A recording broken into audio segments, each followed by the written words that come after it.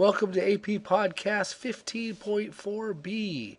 We're going to continue on with our titrations, and last time we used a strong acid and a strong base, and this time we're going to use a weak acid with a strong base. And I can only say to you that this is where it's going to really get hairy, and that's because of this right here. So there is an equilibrium involved, and because there's an equilibrium involved, we've got to do stoichiometry and an equilibrium problem. And so as you can see right here, we want to do the stoichiometry first, right? And then once we've got the remaining amounts, then we can use an equilibrium. Now we've got the Henderson-Hasselbalch equation at our feet, so we will use that, and we'll try and make this as quick as possible, but I've got a feeling this is going to be kind of a long podcast. I do want to hold this question right here for a little later. The pH at the equivalence point of a titration of a weak acid and a strong base is always greater than 7. Why? So think about that. We will come back to that later. So let's look at our first problem. We're going to titrate 50 mils of 0.10 molar HAC. That just stands for acetic acid with 0.10 molar of NaOH. Now at the 0 point, okay, right here at the 0 point, right here at the 0 point, all we've got is 50 mils of 0.1 molar acetic acid. So you guys know what acetic acid does in water, right? And I'm just going to write HA to be lazy. H plus and A minus, right? And if you think about that, it is a weak acid. And so from chapter 14, you guys already know what's going to happen. I'm not going to waste the time to go over that. But if you were to calculate the pH for that, you'd get a pH of 2.87. All right? And that brings me to my next slide. And that's the titration curve for this one. So right here is 2.87, and this is at 0 mils, right? So let's go back to our next problem. And now what we're going to do is we're going to dump in 10 mils of NaOH into our acetic acid, all right? So I'm going to write OH right over here. And if you guys remember from last time in the use of millimoles, if I drop in 10 mils of 0.1 mol OH, right, that's 10 times 0.01, I get 1 millimole, okay? Now, how many millimoles of acid do I have? Well, I've got 50 times 0.1, so I've got 5 millimoles. All right? So when I add those neutralize each other, right? So we're going to lose that one. We're going to lose one here, and we're going to have 4 millimoles. But what's really important is look what we generated, okay? When I got rid of this H with the 1 millimole, I made some A minus, right? And so how much A minus do I have? I now have, because we gained 1 millimole, so I have 1 millimole at this point. Now look what we have. I have an acid and its salt, which means I've got a buffer, right? So if I use the Henderson-Hasselbalch equation, I can go ahead and find the pH rather quickly. So I'm going to do the first one here, and then after this I'll just give you the answer. So the pH, we know the Henderson-Hasselbalch equals pH pKa plus the log of the acid, the anion over the acid, right? So if I plug in the numbers here, the pKa, all right, of 1.85 is 4.74. We've already done this one, so that's why I'm going fast. Plus the log of the A minus. Now what's the A minus? It's 1 millimole, but remember these are concentrations. It's 1 millimole, and what's the volume? This is super important. It's not 10 mils, right? It's a total of 60 mils. So it's 1 millimole over 60 milliliters, right? Now that's the salt part. And the acid is 4 millimoles over 60 mils. So let's do that. And so when you take the log of that, you get a pH of 4.14. So at 10 mils, and let's just say right here at 10 mils, let's say I know that this is going to be roughly 50. So at about 10 mils right here, the pH is 4.14. Okay? On to the next one. All right, so we're adding 25 milliliters. So that's another 1.5 millimoles. Okay? And 1.5 minus 4 gives us 2.5. And then over here, we have generated another 1.5. And so now we've got plus 1.5. And so that gives us 2.5 millimoles. Okay? Now look at this, because this is a really special point right here. This is where we have the same amount of acid and the same amount of base in a 1-to-1 ratio. And as we talked before, that's a really good buffer. So this is kind of like the halfway point. It's an excellent buffer. All right, so through the magic of the Henderson-Hasselbalch equation, I get a pH of 4.74. Now, I did not go through it like what I just did, and it's super important that you remember this.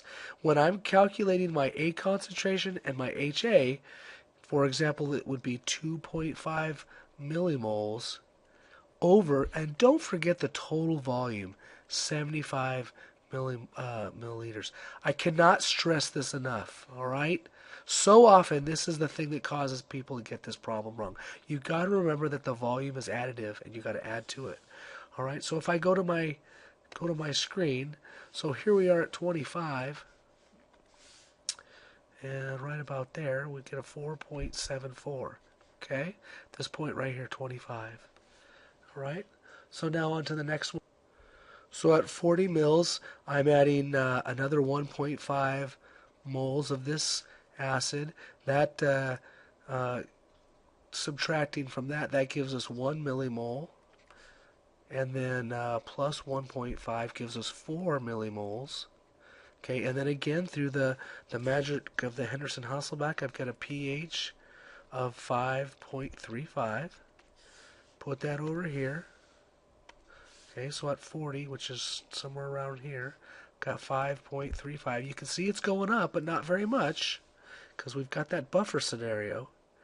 And then we get to a one that's really important, and that's when we get to 50 right here.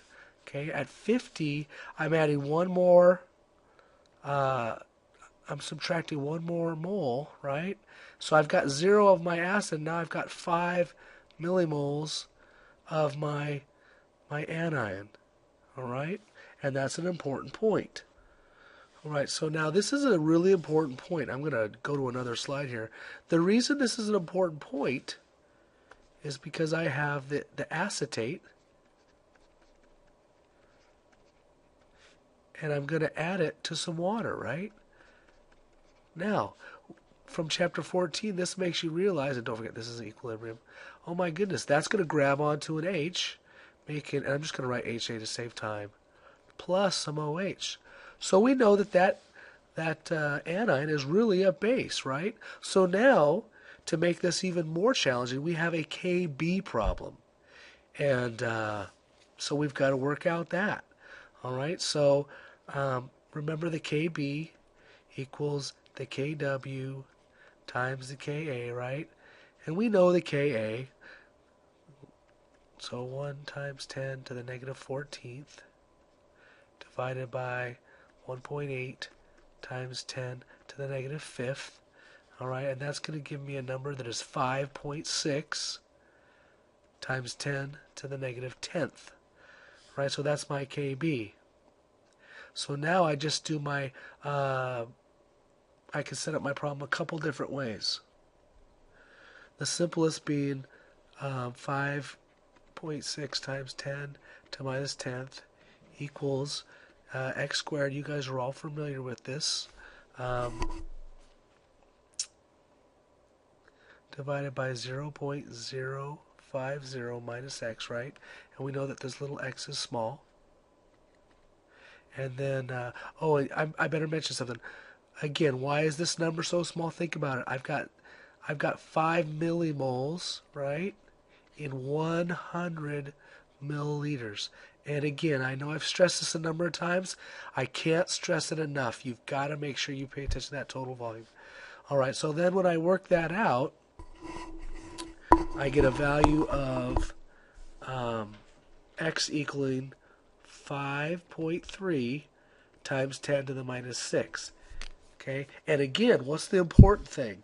Because this is a KB, remember that's an OH concentration. All right, so then I could either find POH and find pH by subtracting 14, or I could find X and go from there. Either way, I get a pH of 8.72. So this is an important point because now I'm going to go to my graph, okay, and at 50, my pH was 8.72, okay, and this brings me back to that one slide. Okay, look at this. Okay, the pH at the equivalence point of a titration of a weak acid with a strong base is always greater than 7. Why? Well, look at this. This right here is the equivalence point, right here, and it's above 7, right? Why is that? That's because the anion of a weak acid is always a base. And since it is a base, when you've added the same amount of acid and base to it, this will break up. Well, actually, I'm sorry, this will grab an H, causing OH to be generated. All right, so this is really important because that's a question that pops up quite a bit. All right, let's move on to our last little bit. Okay, so now what we're doing is we're going to add 60 mils. Now remember, all the original acid is gone. So basically I have 1 millimole of OH, right? And what's my total volume? It's 110 milliliters. And so when I work that out, I get a concentration of 9.1 times 10 to the minus 3 molar, right? And that's my OH minus that's just floating around. So I find the pH of that, and I get a pH of 11.96. So then we go back to our sheet over here, and we go at about 60, which is right here. We go 11.96, okay? And then the last one is 75 mils, and again, if you think about what we've been doing, all right, I'm going to have a total of 2.5 millimoles of OH in a total of 125 milliliters. And then I get a pH of 12.3. All right.